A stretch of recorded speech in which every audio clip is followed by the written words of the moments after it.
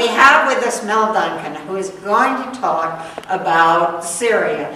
There are many more possibilities of peaceful resolution in Syria than our State Department is willing to admit. And Mel, who was part of Mairead Maguire's delegation to Syria recently, and who is in the process of exploring possibilities for a field team there, will tell us about them. It started out when I realized that I was not going to be a major league catcher. And so I had to do something with my time. In May of 1999, I went to a conference in The Hague with this idea of an unarmed civilian peacekeeping force. And there, by serendipity, I was able to grab a hold of a fellow by the name of David Hartzell, who shared the same vision. And by that evening, we were pulling together people from various parts of the world. This was in May of 1999.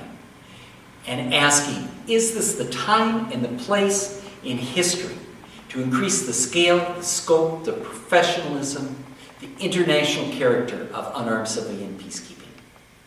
And we had people coming together that night and the next few days, putting together the framework for a proposal. And what we found over the next 2 years in forming Nonviolent Peaceforce was that this wasn't a vision that had started with me or that had begun with David Hartzell, but this was a recurrent vision that had occurred and recurred to enough of us around the world that we were willing to put our time, our money, our spirit, our intellect, and indeed our lives on the line to create a professional, unarmed civilian peace force. And Nonviolent Peaceforce was born. It's really a pleasure to see people I haven't seen for a while. It's always a pleasure to have Mel Duncan here. And every time that he comes, which is, fairly regularly, I see him about once a year, every time he comes, he has new, dramatic, and enormously interesting things to say, and I think tonight is no different. He's been twice to Syria, which he will tell us about, and will tell us both how very serious that situation is, and why he does see reasons for hope, and why he's still able to see a better path than the one that we conventionally take. Now, tell us all about it. Thank you, Helena. Where's Judy? Thanks, Judy. Thanks, Nancy.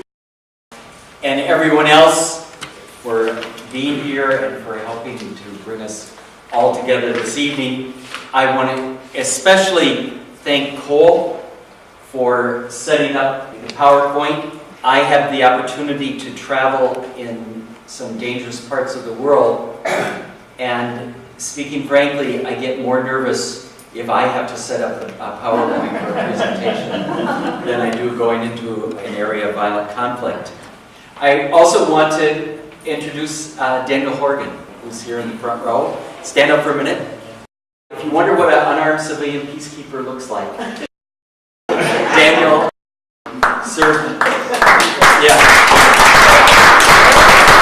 Nonviolent Peaceforce in Sri Lanka for 2.5 years, and also has been working with Peace Brigades International in Kenya, and is on the cutting edge of bringing the reality of how it is that we are able to protect civilians and deter violence without introducing more violence and bringing in more guns.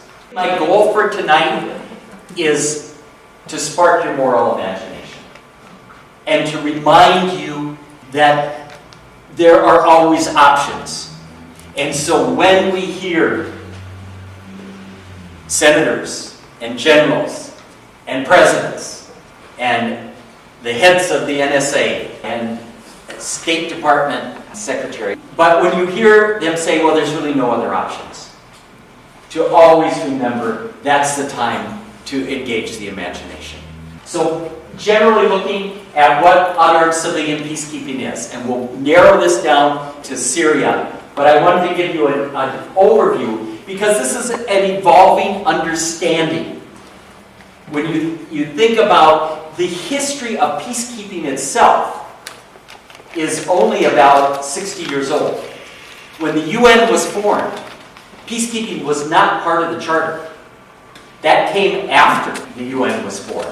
We're talking about our lifetimes that this whole concept has evolved. And of course, as it evolved at the UN, despite the part of the charter that says the UN was brought together to save succeeding generations from the scourge of war, they primarily have chosen to do peacekeeping in a militarized fashion. But what we found now is, and this really started to develop somewhat in the 1940s, but in a more focused way starting in the 1980s, that well-trained, specifically strategic, unarmed civilian peacekeepers can provide for the direct physical protection of civilians caught up in physical violence, can support local civil society to help them protect themselves and prevent further violence, and strengthen the capacity for existing protection mechanisms that all communities inherently have. In terms of unarmed civilian peacekeepers, for Nonviolent Peaceforce, our teams are multinational. We currently have peacekeepers from 40 different countries. Right now, it's about 43% women and 57% men. They are specifically trained, full-time and professional. Our peacekeepers are paid. They are deeply immersed in the community. I remember Daniel was living on the east coast of Sri Lanka in Chennai most of the time, right? Which was an area that was very close to, at the time, Tiger-held territory, and then was cleared. And so we live and work in the communities that are affected by violence. We are nonviolent. We are neutral. It's not our business to choose sides in a fight. It's our business to provide protection and to create stability so that local people can do peace building, human rights defense, and the work that they're meant to do and stay alive in the process. We are strategic. Our work is based upon a conflict analysis and interaction with our partners on the ground in figuring out what works where. And by no means do we say that this works in every conflict situation. This isn't a panacea, but it's an important tool. And we're cost effective. Right now, you and I are paying about $1 million a year for a U.S. soldier in Afghanistan. For us to train, equip, pay, insure, feed, clothe, house an unarmed civilian peacekeeper, it costs a little less than $50,000 a year. So we're the fiscal conservatives. Right now, we are doing advocacy work at the United Nations to increase the scale and the understanding, the recognition of unarmed civilian peacekeeping, and the funding for unarmed civilian peacekeeping. And so as part of that, we're working with the UN training organization, UNITAR, to develop an online e-learning course that will be hosted on the UN platform and available throughout the world.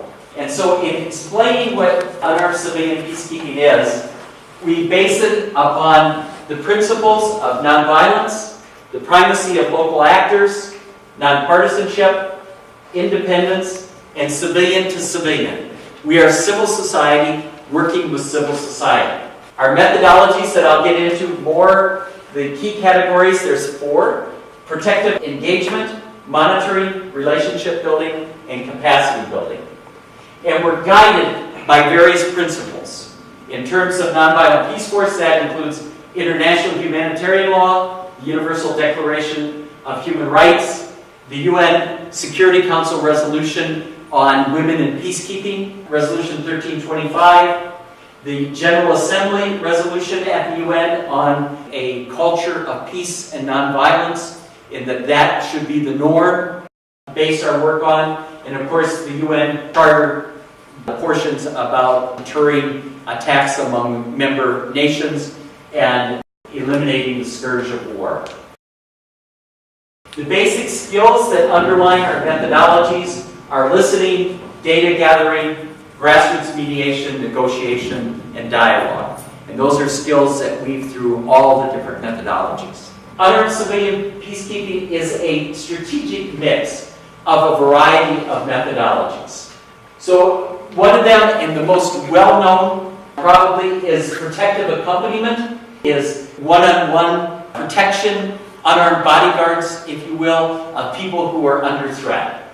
So in this case, we provided accompaniment for a group of women human rights defenders in Guatemala when in 2007 and 2008 their investigations as they were supporting groups to uncover the evidence of genocide, evidence that we saw being used in a trial earlier this year against the former Colonel Rios Montt, that when they started getting close to the politicians, women's human rights defenders came under great threat. So we were able to provide them with peacekeepers who merely accompanied them wherever they went throughout the country to gather information. And so you can see this is not anything that is glamorous. In this case, this was a peacekeeper from the U.S., Betsy, and she's merely watching Claudia's back so that Claudia can continue to do her work with confidence and not have to worry about getting shot. This appears mundane, but prior to this, one of Claudia's co-workers had gone into a cafe and was shot 26 times, and a funeral dirge played on her cell phone, and the police investigation determined that it was a robbery. 4 men in broad daylight shot her co-worker 26 times. All accompaniment does is to provide people with more confidence to be able to do their work, in this case human rights defenders in Guatemala, and to stay alive. Positioning is another method that's used, is the least often. Protective accompaniment is probably the most often.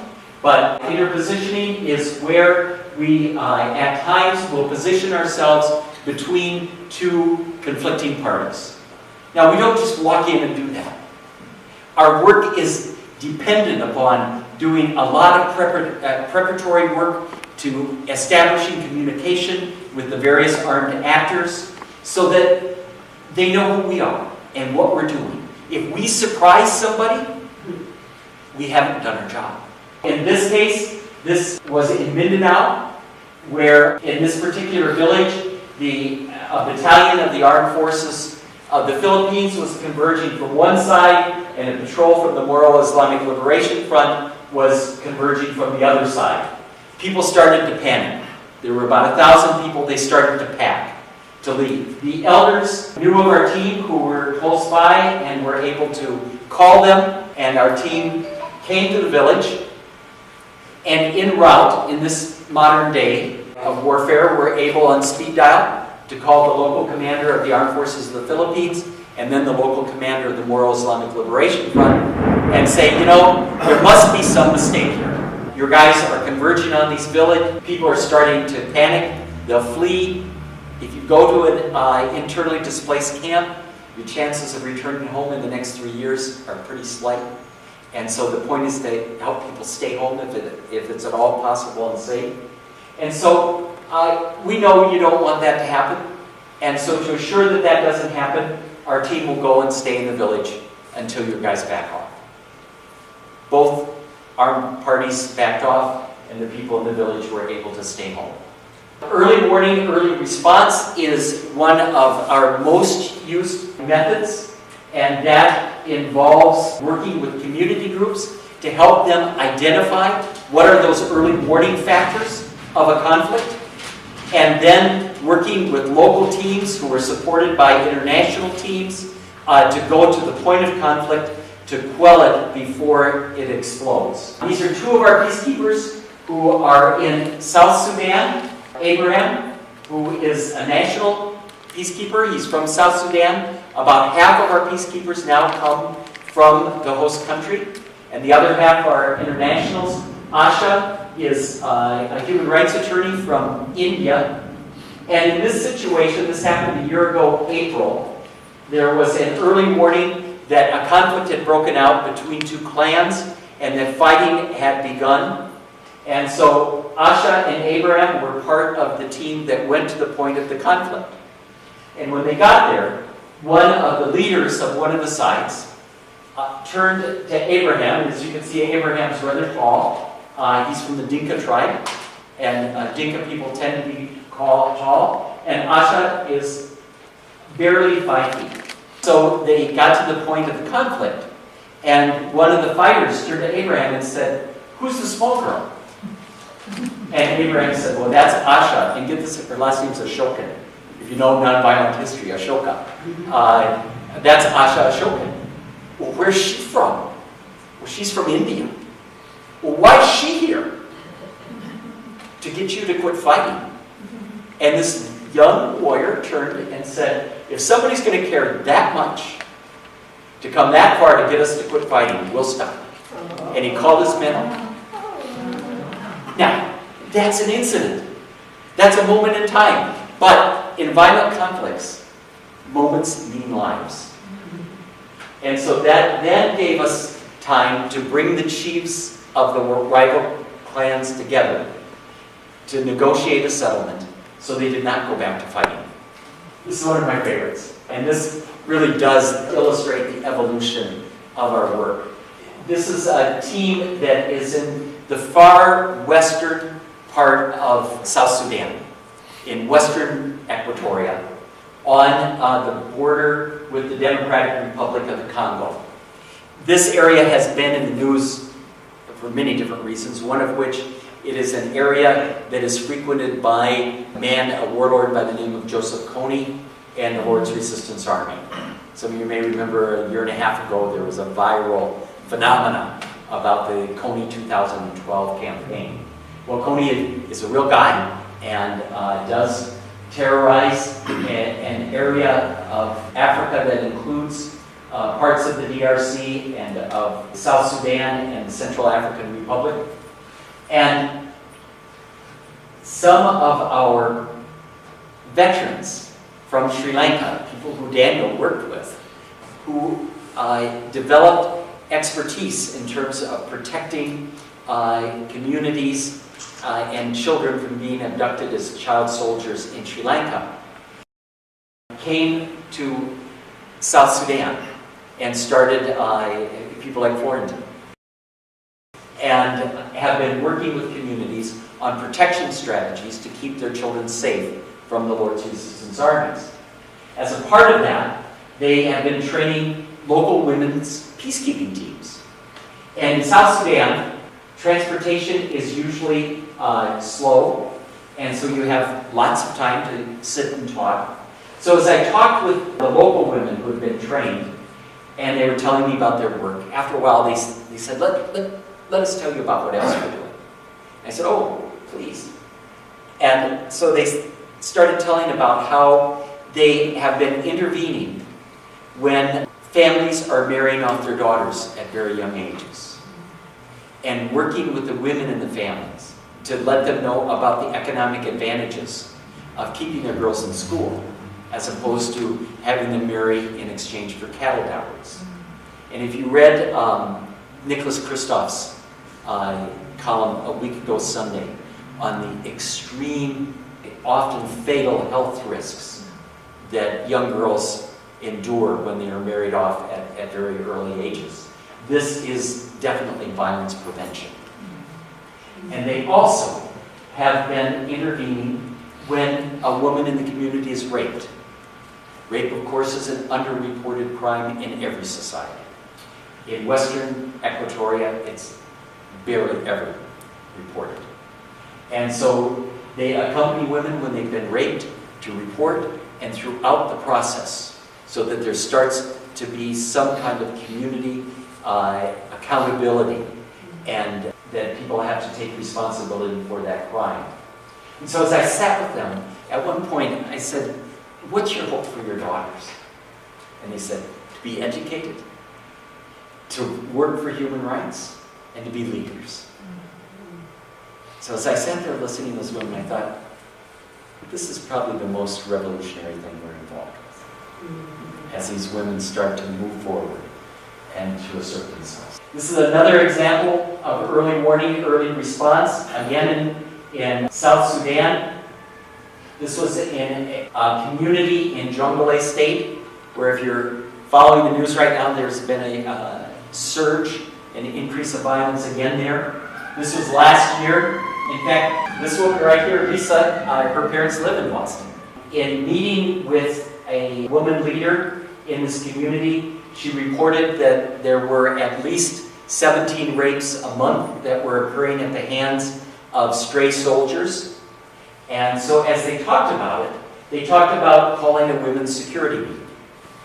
And Mary, the local organizer, there's organizers no matter where you go, and she's a local organizer in Condado, said to our peacekeepers, "You name the time and place, I'll bring the women."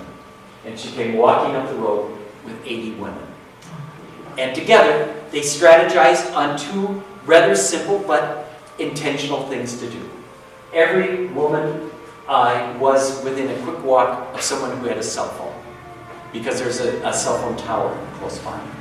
So they set up a phone tree, that if there was suspicious activity, if someone was getting at all harassed or anything, that they would activate this phone tree. People in the community, plus people from the UN police. There was a contingent of UN police, as well as people from Nonviolent Peaceforce would converge upon the spot. Secondly, they established routine patrols through the community, one in the morning by the UN police, one in the afternoon by the armed UN peacekeepers, the blue helmets, and then NP would do the late afternoon, early evening patrols. Between those two things, by July, the rapes had stopped completely. Rumor control is another activity that we do, a method, where often in a volatile situation, rumors will cost lives. And because we're nonpartisan and trusted, we're able to be called in. In this case, there had been some homes burned, and people were starting to panic that there were armed groups that were moving into the community. What we were able to do in this case was verify that it actually had been a personal vendetta, that there were not armed actors that were moving in, and so people were able to stay home. Grassroots mediation is another method that we utilize. This is back in South Sudan, where the conflict that arose between the cattle herders and the farmers. These are traditional conflicts that not only happened in South Sudan, they happened in the U.S., and the song Don't Fence Me In is about that. But the conflicts in South Sudan have to be seen in a broader context. Overall conflict between the Sudan and South Sudan. South Sudan became independent 2 years ago. When they became independent, 75% of the oil resources were on the southern side of the border. So there's tremendous pressure to destabilize South Sudan, to have it be a failed state because of the oil resources. So all of these conflicts are in a much bigger context, and there are forces around that are exacerbating and exploiting them. So in this case, it was a conflict that had broken out. 76,000 people were displaced. And so our peacekeepers merely brought together the rival chiefs. Their men waited outside. This was in old school grounds, and held the space for a few days to work out an agreement, and then to be on the ground. This was in a very remote area, for our peacekeepers to be on the ground and to accompany people from both of the tribes to make sure that the agreement held. That required 110 interventions over 5 months. But no one got killed, and people were able to go home. I'll just give you one more example. In Mindanao, because of our nonpartisan status, we were invited by both the government of the Republic of the Philippines and the Moro Islamic Liberation Front to be an official part of the ceasefire mechanism and to be charged with civilian protection portion of that. So for 2 years, a little over 2 years, we had 9 teams across the island of Mindanao working with local groups to monitor the ceasefire, to intervene if there were violations, and to report on a daily basis to the armed forces or to the government of the Philippines, the Moro Islamic Liberation Front, and also the Malaysians who were overseeing the ceasefire. This is just a little aside of that. A year ago, right about now, PBS sent a crew for a week to do a piece on our work in Mindanao, and it resulted in a 9-minute piece that aired on the PBS NewsHour on Christmas night. And I got to accompany the media crew, and so we were coming through a village in Mindanao, and we could see people coming out of the hills, and people with their wheelbarrows and out with bags over their hands. That's not a good indicator. And we came into this little village, and here were the members of the Moro Islamic Liberation Front, a couple hundred, who were mustering on the road. And so our security guy driving the vehicle saying, just drive on, just drive on, just drive on. Well, the PBS crew saying, stop this vehicle, stop it now. They prevailed. And so here is Tom, the videographer, filming these Islamic revolutionaries. And look what they're doing. They want to get shots of the media guy. So if you go to PBS, you can see the full report. The ceasefire has led to a framework peace agreement. That's President Aquino on the right, and two of the leaders of the Moro Islamic Liberation Front, that was signed in October. And so this is a conflict you don't hear much about because the indicators are going in the right direction. There's still a lot of work to do, but it's headed in the right direction in terms of a peace agreement in Mindanao. I'll just let you know this is here. We have started to do quantitative impact analysis. We can measure our impact. This was a study that was done comparing villages where we were present to villages where we weren't in Mindanao. And what we found, and these were significantly statistic findings, that people reported feeling safer and more secure in the areas where there were unarmed civilian peacekeepers. And this is the one I'm most proud of. A greater community capacity to respond to threats of violence. The community itself reporting a greater capacity, and then a greater awareness of the peace process. So because of our work in Mindanao, we were invited to Myanmar, where we have two peacekeepers who have begun and are on the ground and developing a project there.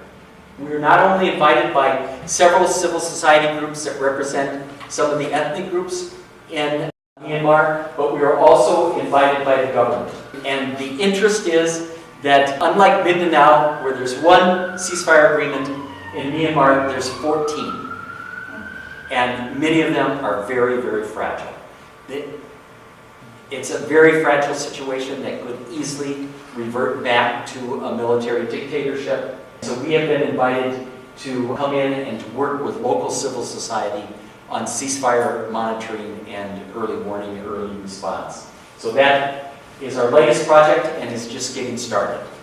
So in May, I was invited to be part of a delegation to go to Syria that was led by Mairead Maguire. Mairead is a Nobel Peace Prize winner from Northern Ireland, and she gathered 16 of us from 7 different countries to go to meet in Beirut and then to go on to Syria. The woman on your left is Tiffany Eastham, who is the director of our South Sudan project.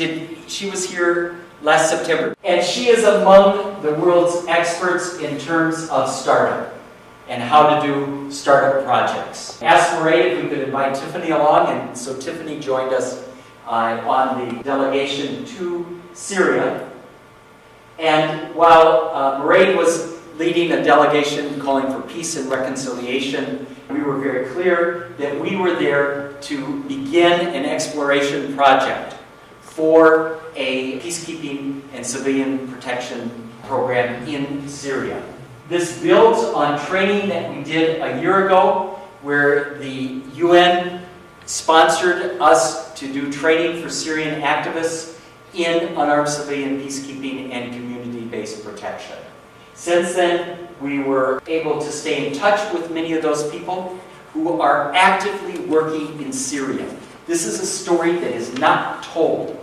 There are hundreds, thousands, not tens of thousands, but definitely thousands of people working inside of Syria for peace, peace building, human rights, reconciliation right now. And they are not only ignored, but many people want to deny their existence.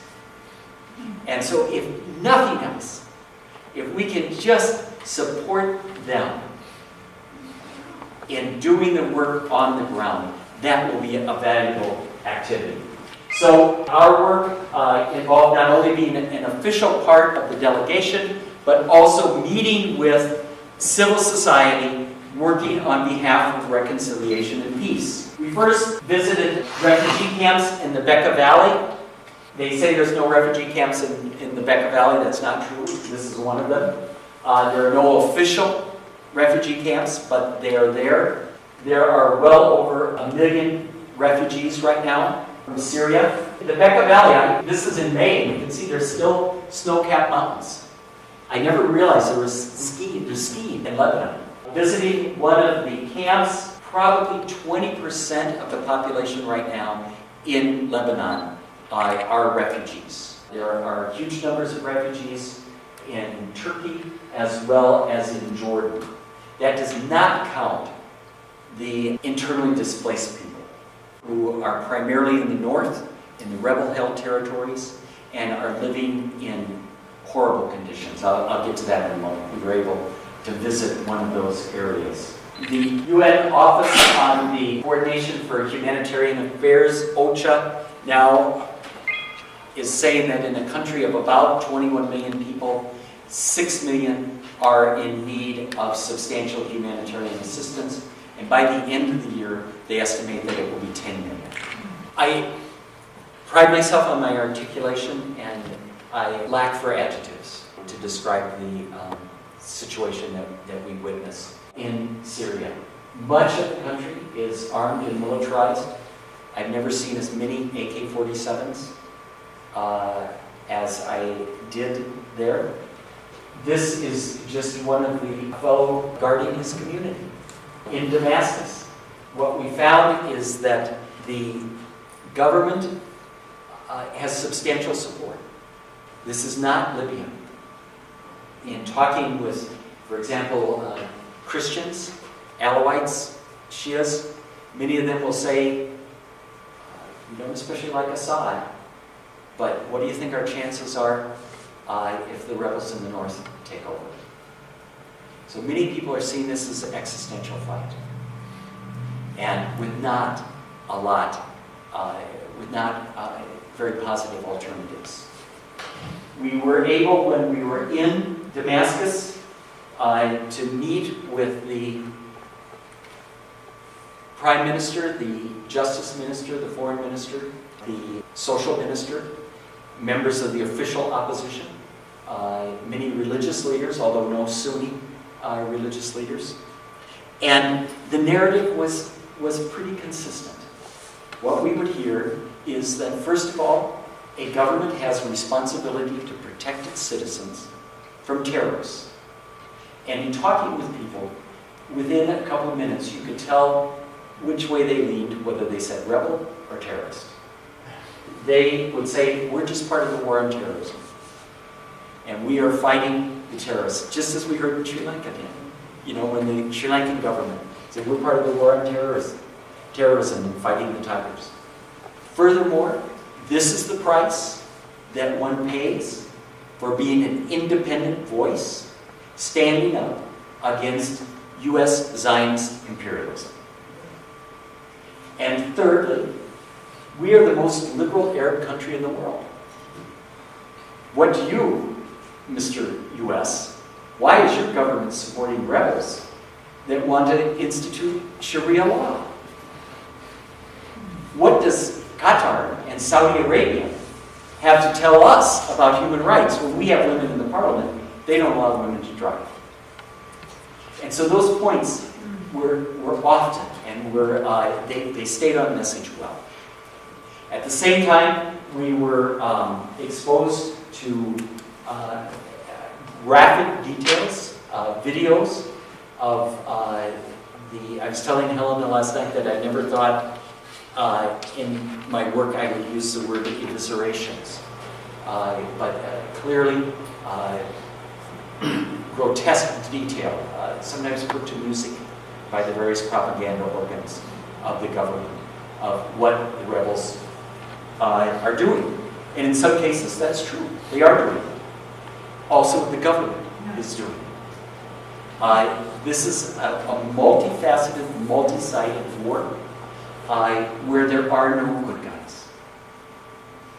And so when we hear that somehow our government is going to vet who are the good guys and who are worthy of our military aid, means, in all practical purposes, we will hand weapons to people who are doing horrendous things to other human beings. There are parts of Damascus that are under siege. In fact, when we met with the UN coordinator for humanitarian affairs, she said that there's a part of the northern suburbs that are harder to access for humanitarian aid than Aleppo in the north. There are parts of Damascus that look fairly normal in the morning, although there's a lot of guns around. There are other parts of Damascus that are under siege, and at night, at least once every 3 minutes, we are hearing mortars and artilleries all night, every night. Under siege by whom? These are parts of the suburban areas that are held by the rebels, and they're under siege by the government. One of the things the government would tell us time and time again is we don't bomb civilians. And then we would go out and visit areas civilian areas that were being attacked by the government. As I mentioned, there are Syrians working for peace. We were able to meet with 9 different groups, many of them who had been involved in the training that we had done in Egypt last year. This woman is the leader of the group that hosted us, Musahala, which is Arabic for reconciliation. She is Melkite, Greek Catholic Mother Superior, Palestinian, but has lived most of her life in just outside of homes, and is working to bring together various groups to do on the ground mediation and reconciliation in very small scale, when peace is built, one piece at a time. And interesting to note, there are civil society groups working on reconciliation that lean towards the regime, and there are those that are opposed. And I maintain that the common ground, not here and not there, but the common ground between civil society working in opposition to the government and those who are supporting the government will create the space, if there is to be a space, for some kind of lasting peace in Syria. Would you say that again? Very good. That, You maintain. yes, the space of civil society working nonviolently in opposition, of which there are many people, and those in civil society who are working on reconciliation but tend to support the regime, that the common ground between those groups can provide the space necessary for peace.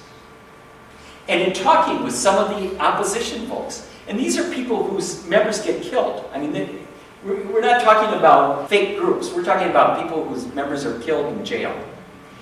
I remember one fellow saying to me, well, I have a lot more in common with the logical loyalists, was the term that he used, than I do with the radical opposition.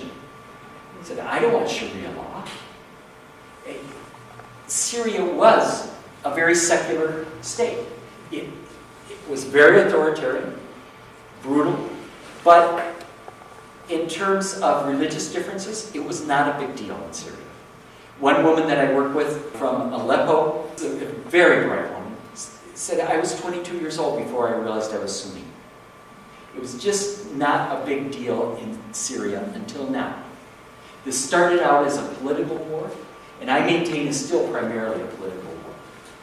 But the religious differences have been exploited and now have been brought in to bring in these dynamics where Sunnis are killing Shias, where 10 years ago they lived together and they didn't even care about the difference. To a great extent, this is a proxy war. And there's different configurations, different conflicts that are being played out here. Whether it be the US and Russia, whether it be Iran and Saudi Arabia for control of the region, Turkey and Qatar, the EU, Israel, all of them have different agendas that are playing out here. And when we met with the refugees, and when we met with the internally displaced people in the rebel-held territories, and we went into a building where there was a 5-story, which had been a medical clinic, where there were 3,000 people living. They don't give a whit about those international agendas that are being played out. They want to go home. They want to reopen their shops. They want to get their kids back in school. And so we have to play an important role advocating to step out of those international conflicts that our country is every bit a part of. Now, just last week, The Guardian reported that the CIA could begin shipping arms to Syria in the coming weeks after 2 U.S. congressional panels cleared the way for the controversial transfer of weapons. They're still figuring out who they're going to vet. Now, we have been vetting people in Turkey for at least 2 years and providing support.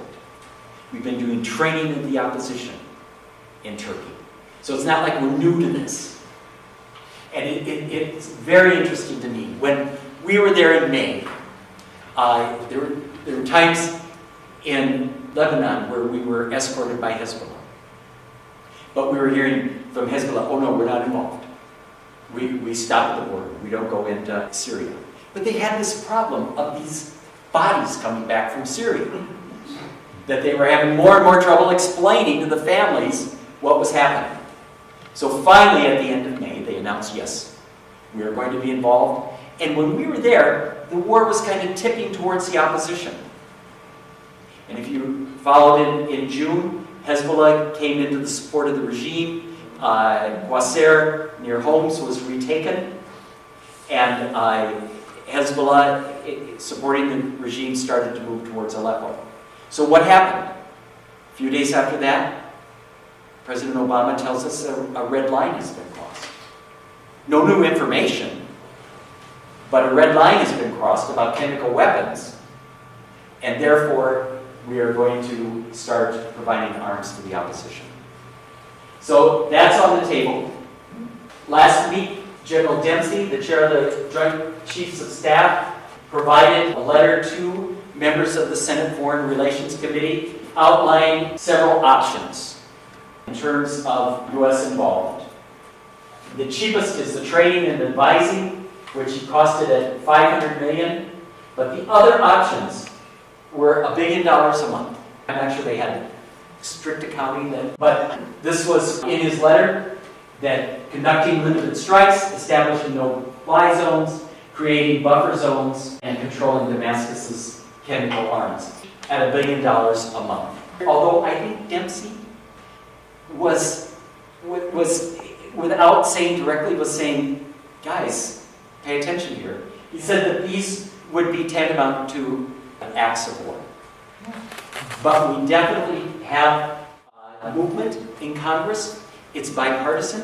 When I came back, I met with congressional staff and State Department officials at the end of May, and I went back to the place of the person I was staying with, just sick to my stomach, and I said, David, the liberal hawks are circling.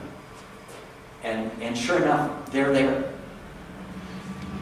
Read Cement the Power if you wonder about this.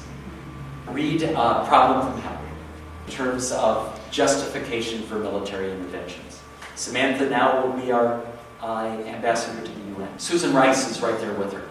They are much more bellicose than John Kerry. So these are the options that we can consider. Or what I would urge you to say is that we will not provide support to any armed group.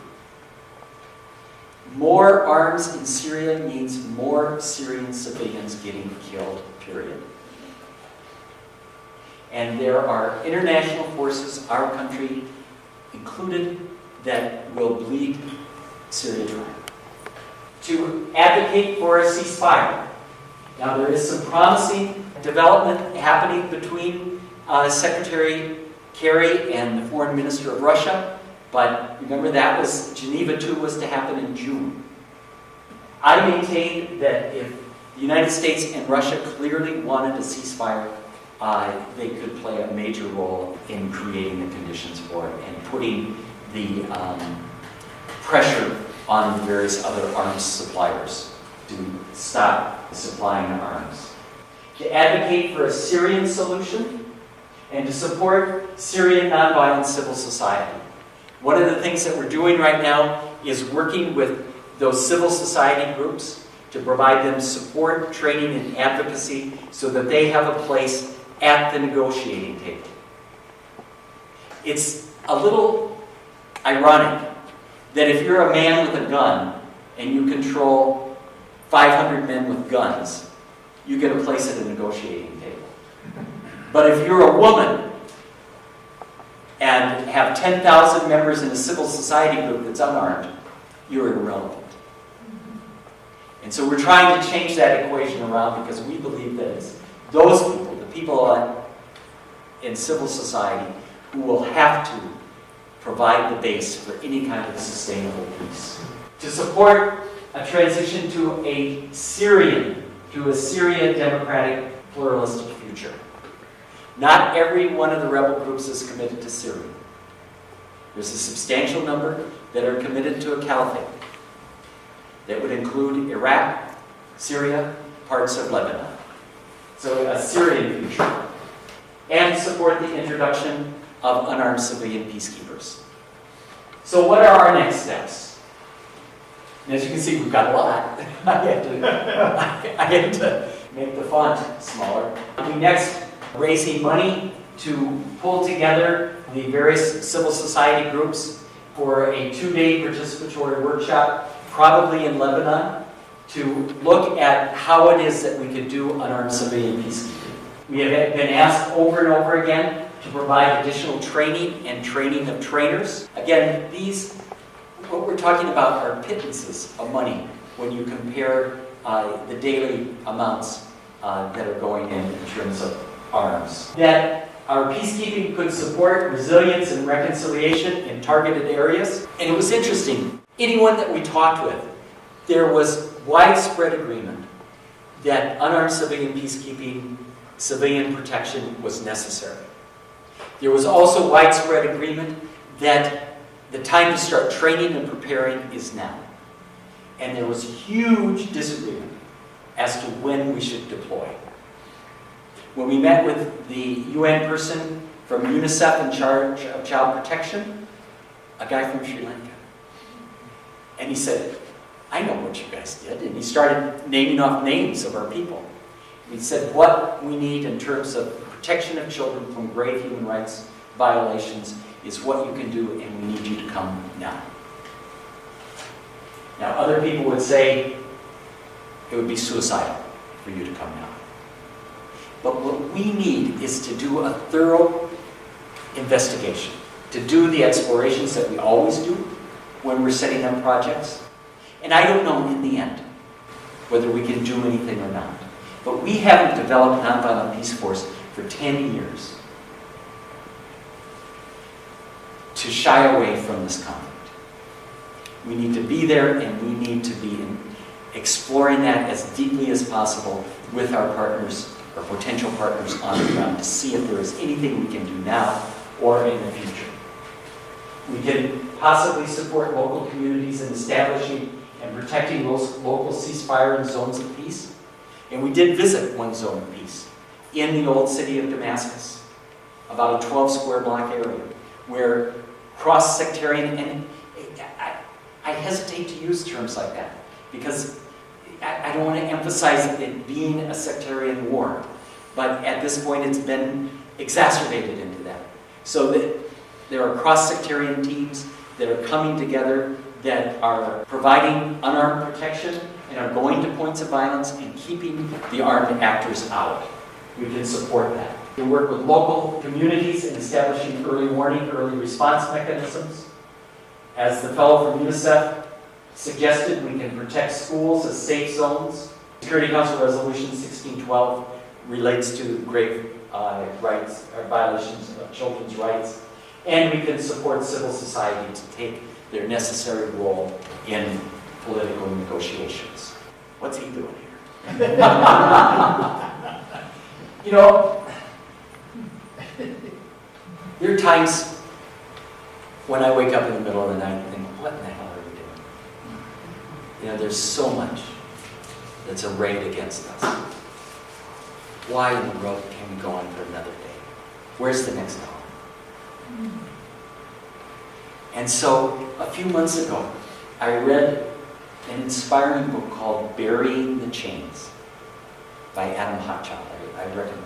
It's a story of the British abolitionist movement of the late 18th and early 19th century, led by ordinary people, people like Thomas Clarkson, who at 21 started organizing against slavery, when slavery was the norm and was a major political and economic institution. And if you're ever deceived by the gentility of the English people, read this book. You always hear, well, Gandhi was successful because the British are fair. I related so much. In the early 1790s, these guys met at a coffee shop in London. And they had a friend who was a printer. That's still helpful. And they were out of money. And so they wrote a letter, had it printed, and went door to door, passing out this letter fundraising. It was the first example of direct mail in recorded history. But in 1833, Parliament finally abolished slavery. And it wasn't all because of the organizing in Great Britain. Certainly freed slaves and escaped slaves and slave rebellions throughout the Caribbean played a major role. But things like a tea boycott and different things that the abolitionists did in the UK played a major role.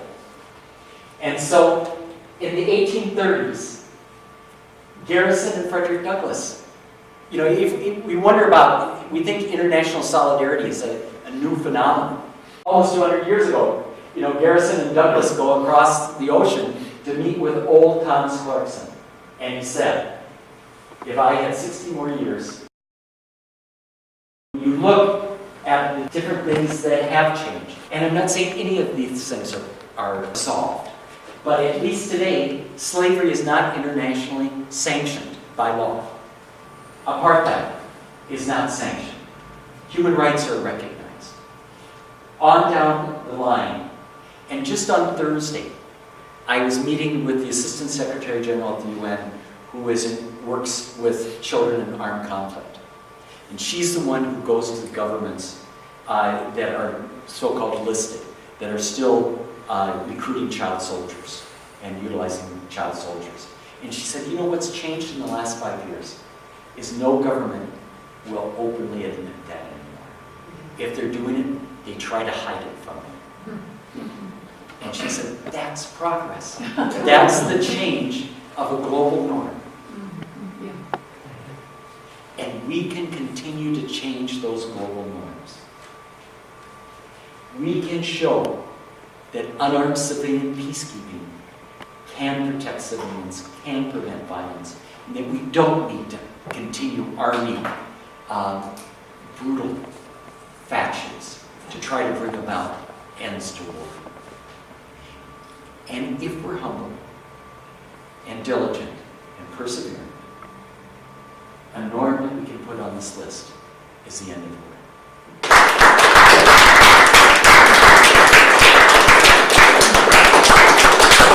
Questions, discussions, challenges? Could you say a little bit more about the civil society groups that are in Syria? That is, can you name some? Can you say how many of them are there? Can you say anything about which ones are going in this direction, the terror, and which ones are going in that direction, the rebel? So a different picture, so we get a closer picture of what's going on there, because your idea, the solution is resting there.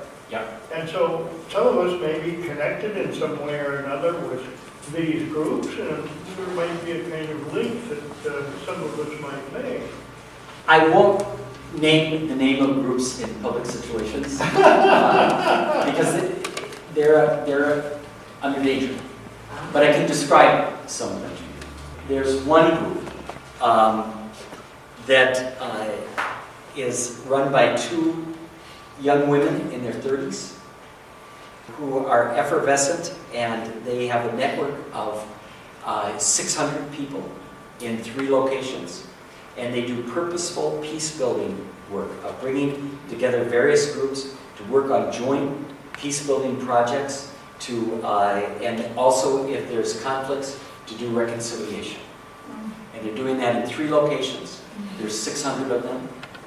And these 2 women came to Eastern Mennonite University in May for a 6-week peace-building course. Which university? Eastern Mennonite in Virginia.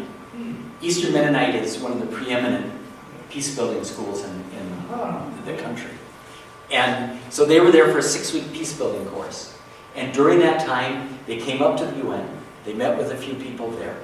They met with the State Department. They met with staff for the senators on the Foreign Relations Committee. All with the message. I mean, I didn't make up this message. This is a message that's been given to me by people like that particular group. And so I went down, David Grant and I, a guy that Helen knows, to Eastern Mennonite the first Friday in June, and had dinner with them. And I had met with them when I was in the Middle East, and they were just finishing up their course. And we had plotted out one more day in Washington before they went back, and who they were going to see. Well, the next week was when President Obama announced his support for the rebels. Early the next morning, I heard from these 2 women saying, "We're not going back to Washington. Shame on them. We're going home." So those are the people we turn away. There's another group that is working on building a caravan that will start in the south and be, again, different groups coming together, both in people who support the regime and people who don't, and doing a peace caravan up through Damascus and through Homs and to Tartus on the coast. There's another group that is doing active citizenship, they call it, and they're doing training of participation in the political process and how to organize for power. Their people are getting jailed. There's, I can't say Musala because they're very public, the group that Mother Agnes is in charge of, and they are bringing together various tribal leaders, especially in the Homs area where they're based, and doing reconciliation and trying to provide an alternative to what now is extremely increased violence. And they tend to lean in support of the regime. And the Peace Force, how many are there? We're just in the early exploration. Starting? Yeah. But what I showed you in terms of the kinds of things that we do in Mindanao and in South Sudan, that we're setting up in Myanmar, that we did in Sri Lanka, in Guatemala, we'll be looking at how we apply that in Syria. We continue to grow. Our funding is always precarious. What we find is once we're on the ground and showing what we can do, we can attract the large institutional donors. So a little more than 2/3 of our funds come now from like UNICEF, the UN High Commission on Refugees, the European Union, the Belgian Ministry of Foreign Affairs, the Norwegian government. That is all to support our field work. The other work that we do, we have to rely on individual donors, and that continues to be tough. There's months where we aren't sure we're going to make payroll. I understand that you've had a big impact on the blue hats of the UN, the way the UN peacekeepers are now doing their work, and I wondered if you could describe some of that. big might overstate it, but we are engaging the Blue Helmets and the Department of Peacekeeping. In fact, last month I was able to meet with the Undersecretary General, Mr. Letso, who oversees 110,000 Blue Helmets, and to talk directly about unarmed civilian peacekeeping. We're providing them with our training materials. We've had 2 high-level briefings on unarmed civilian peacekeeping at the UN in the last 15 months. One in New York a year ago, March, and one in Geneva in September.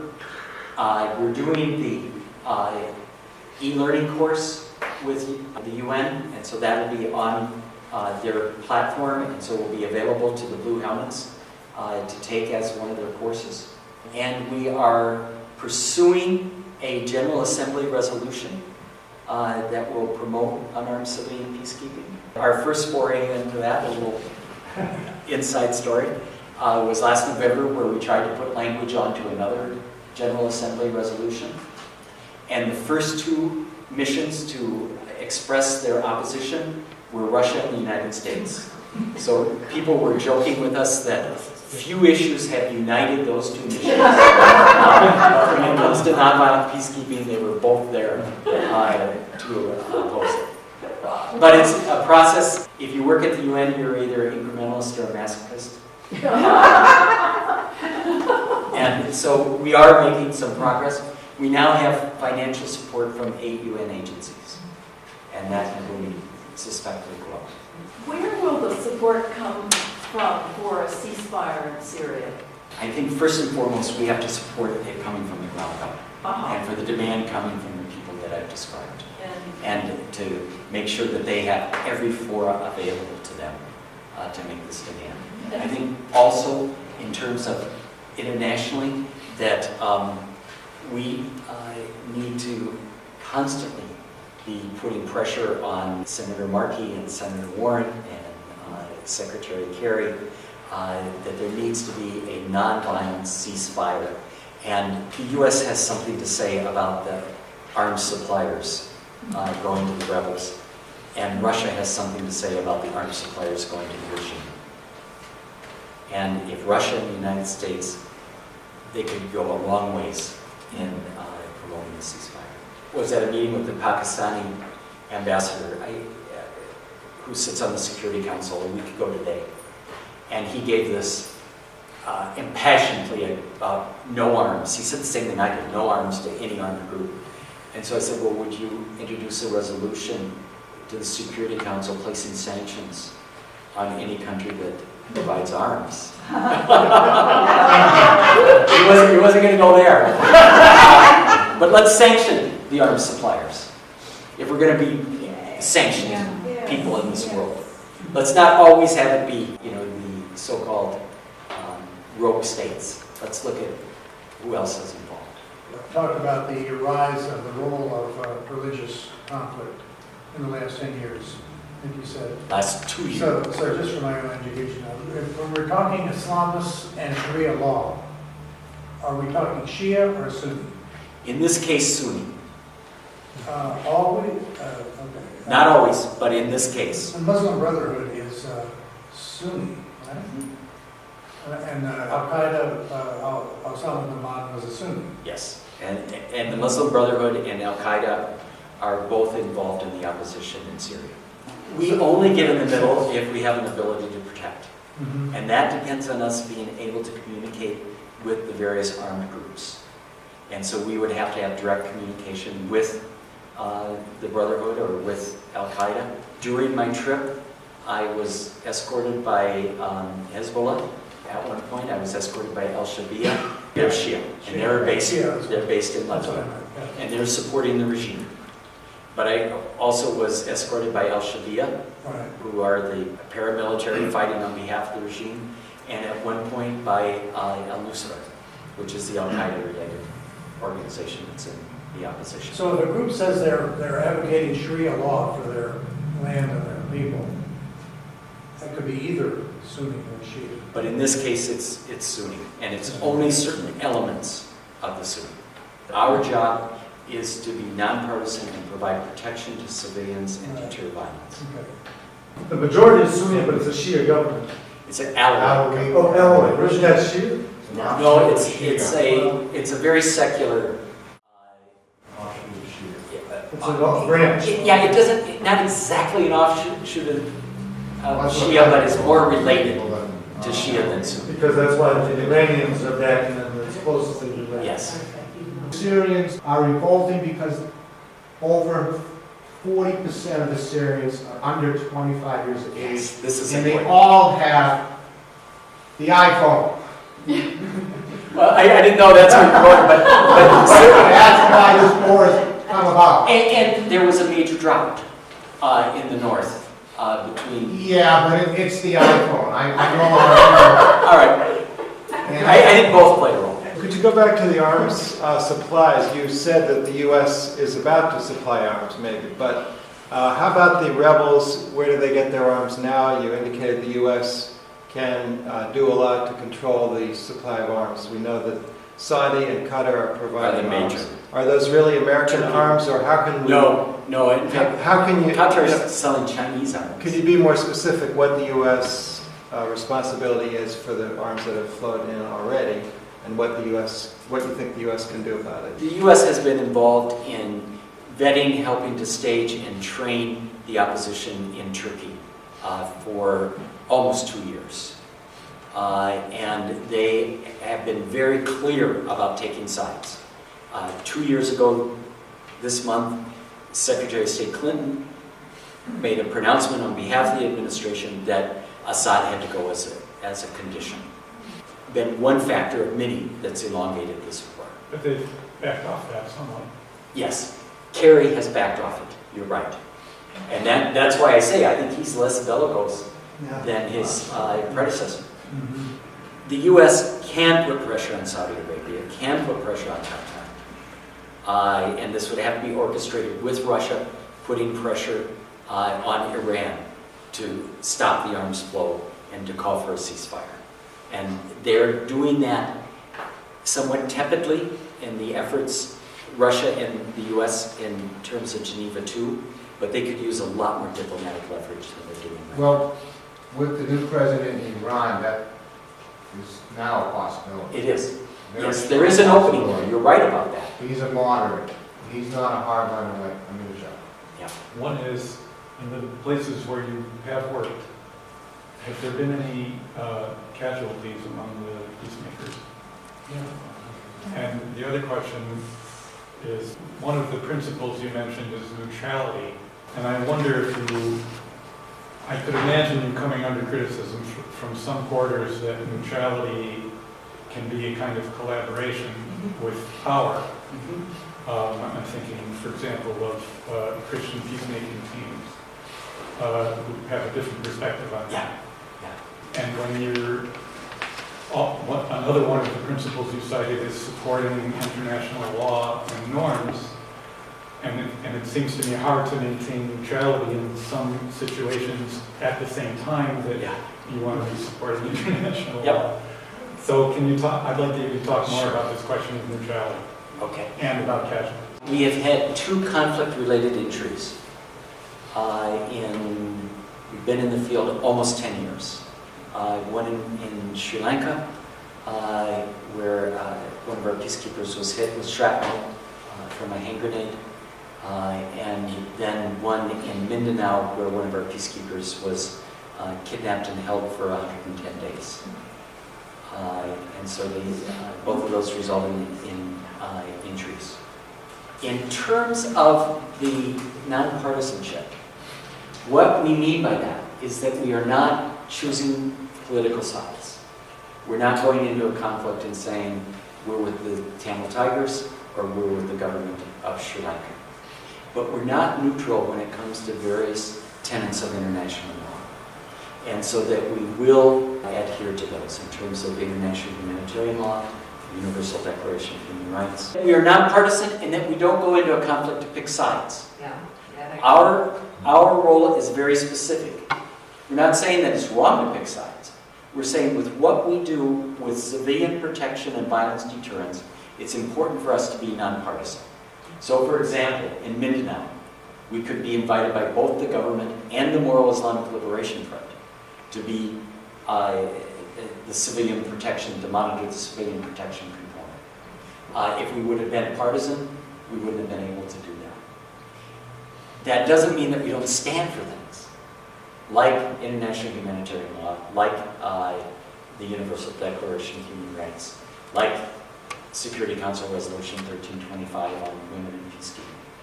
And so that our people training in those things, certainly monitor those things, report on those things, and it does have an impact.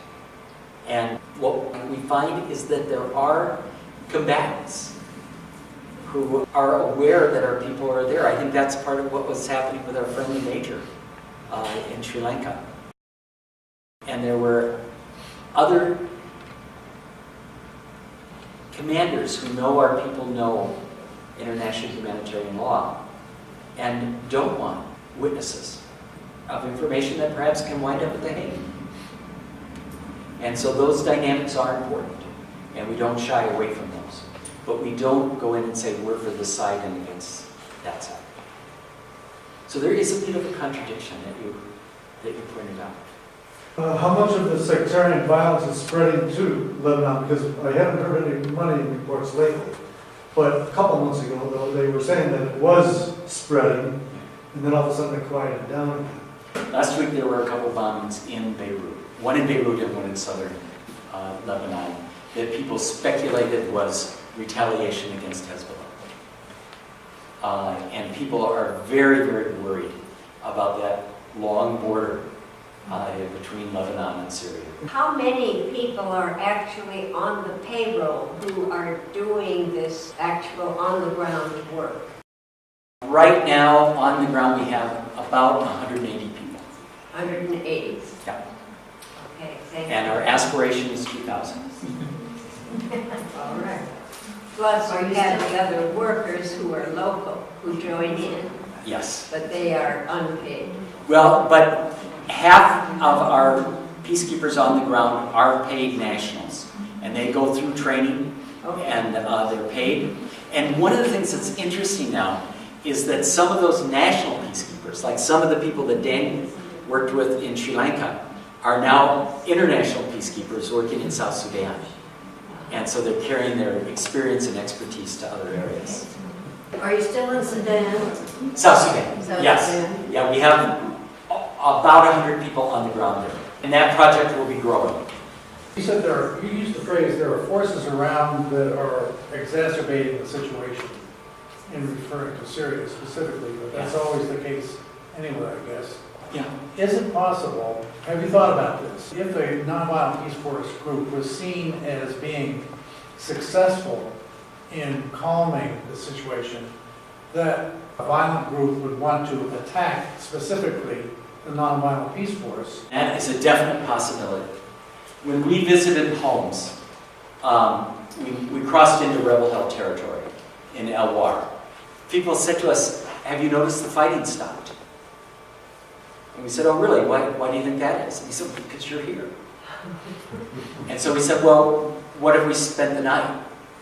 Would the fighting continue to stop? And they said, yeah. Well, what if we spent a week? What if we spent a month? And those people say, yeah, stay.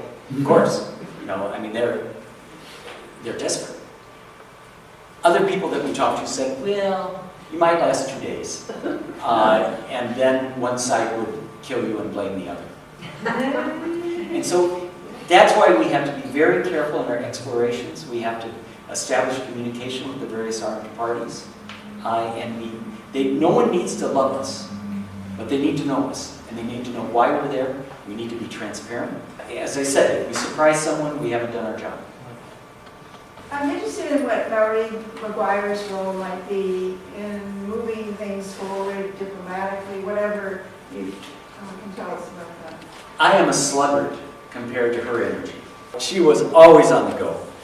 Since we came back, she has chaired a meeting of the women Nobel Peace Prize winners, calling for these kinds of things. So she is advancing that, and she and Mother Agnes, I never thought I'd I mean, when I read the email that we were going to be hosted by Mother Agnes, I thought, I haven't called anybody mother for a long time. Not going to start now, but by the end I was calling her Mother Agnes. And so she brought Mother Agnes to Rome to meet with officials there, and so Mairead can play an important door-opening role, and she doesn't hesitate. So she's continuing Oh yeah. very much. Yeah, I mean, we were just there in May, and she's already had this conference of the Women Nobel Peace Prize. May 28th. Yeah.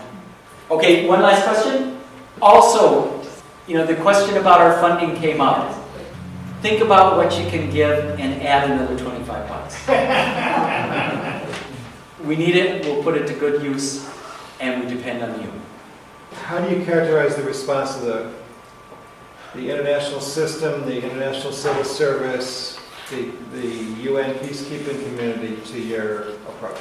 To paraphrase Gandhi, first they ignore you, then they laugh at you, Right. then they fight you, and then you win. There are people within the UN system and within the Department of Peacekeeping who recognize that there are extreme limitations to armed peacekeeping. Now there's directions that are being pursued that aren't pacifistic. For example, in March, the Security Council, for the first time, authorized a peacekeeping force to go to the Democratic Republic of the Congo with an offensive mandate. And that's being implemented right now. And so that's more militaristic. We also see in the UN, as well as in other places, and we ran into these people at UN High Commission on Refugee installations in Lebanon, the private military and security contractors. And they're on the increase, both with the US government and with the UN. And they're being subcontracted for, and they are highly unaccountable. And so there's that direction. But there's also other people within the UN system who recognize that we have to develop alternatives that don't involve more violence. And that's people within the Department of Peacekeeping, as well as, I would say, Secretary General Ban Ki-moon, who in 2 of his reports in the last year has specifically talked about unarmed civilian peacekeeping. And so, it's never one way or the other. There's always this contesting for space and ground. All right. Well, thank you for this engagement.